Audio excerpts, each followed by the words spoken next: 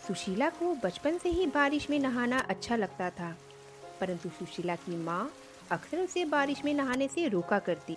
इतनी बार मना करा है बेटा तुझे बारिश में नहाने से, तू समझते क्यों नहीं?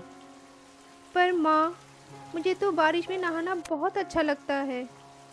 मैं जानती हूँ बेटा, तुझे बारिश में नहाना बहुत अच्छा लगता है, पर अगर ज़्यादा देर तक बारिश में नहाओगी तो तबीयत खराब हो जाएगी। और फिर हमारे पास कोई पैसों का पेड़ तो नहीं है बेटा, जो बार बार खर्चा कर सके।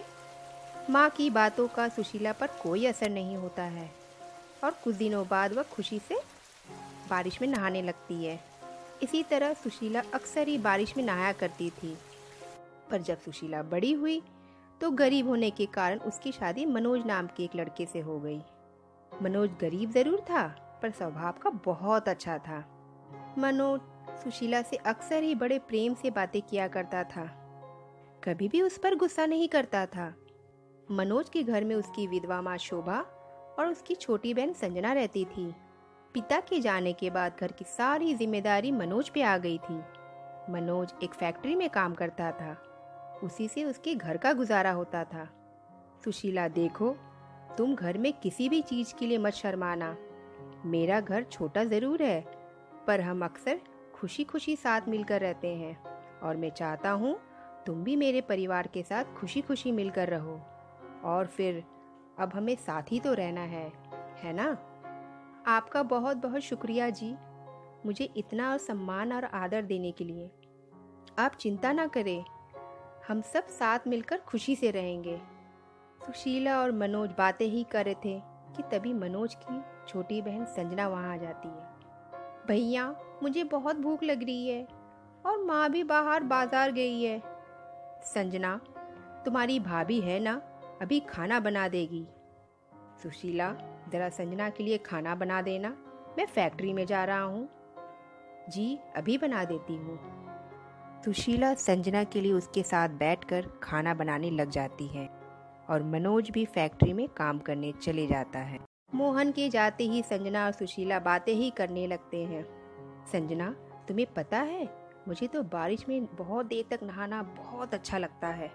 सच में भाभी, मुझे भी अच्छा लगता है बारिश में नहाना, पर मोहन भैया और माँ अक्सर मुझे मना करते हैं बारिश में नहाने से।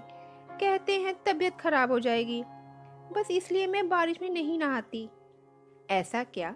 तुम चिंता ना करो, इस बार बारिश होएगी तो हम दोनों साथ में बारिश में नहाएंगे, बिना किसी को बताए।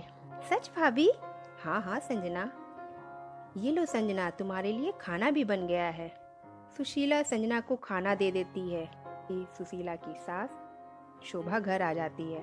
क्या बातें कर रहे हो अभी भाभी के साथ?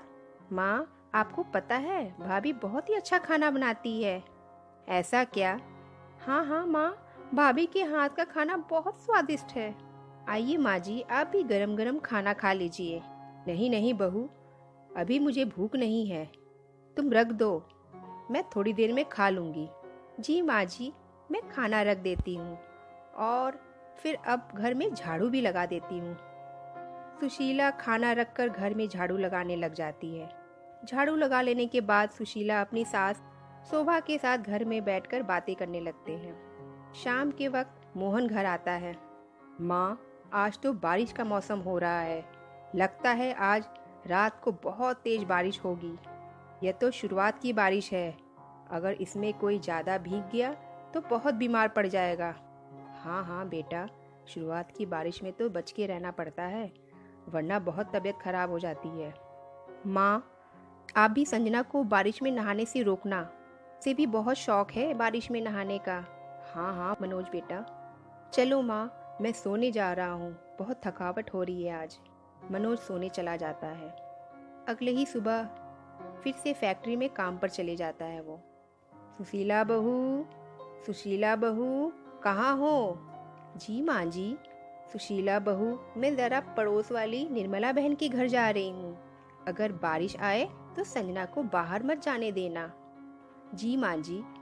शोभा पड़ोस वाली निर्मला बहन के घर चली जाती है। अब वहीं कुछ देर बाद संजना अपनी भाभी सुशीला के पास आती है। भाभी, बाहर तो बहुत बारिश का मौसम हो रहा है, लगता है कुछ देर में बारिश आने वाली है।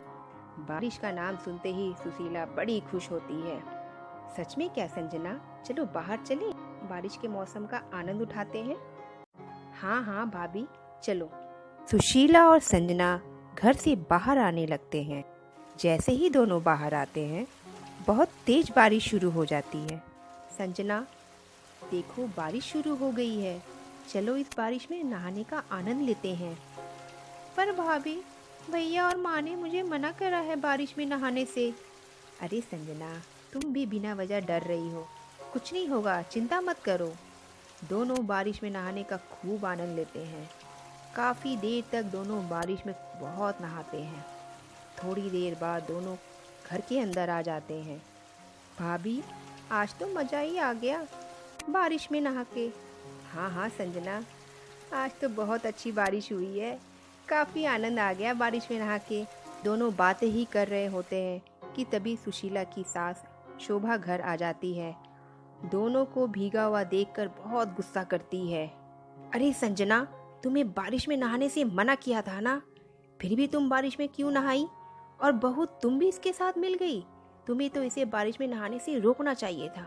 अरे माँ जी आप चिंता ना करो, कुछ नहीं होगा, बचपन से ही तो मैं बारिश में नहाती आ रही हूँ। अरे बहू तुम्हें पता नहीं है, ये शुरुआत की बारिश में नहाने से बहुत तबीयत खराब हो जाती है।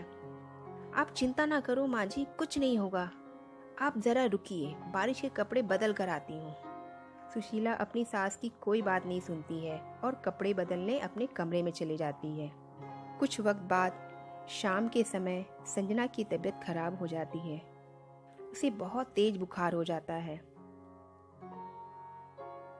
क्या हुआ संजना बेटा? माँ मुझे बहुत सर दर्द हो रहा है।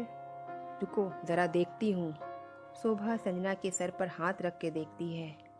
ओहो, तुम्हें तो बहुत तेज बुखार हो रहा है, तुम्हें तो मना करा था ना बारिश में नहाने से, फिर भी तुम नहाई। क्या हुआ माँ जी, तुम्हें मना करा था ना बारिश में नहाने से, फिर भी तुम दोनों बारिश में नहाई, और अब देखो संजना की तबीयत खराब हो गई है। अब बताओ इसकी इलाज के लिए पैसे कहाँ से लाऊं?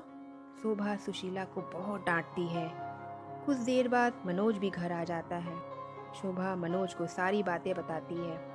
सब कुछ सुनने के बाद मनोज भी सुशीला को बहुत डांटता है। उसको भी बहुत बुरा लगता है।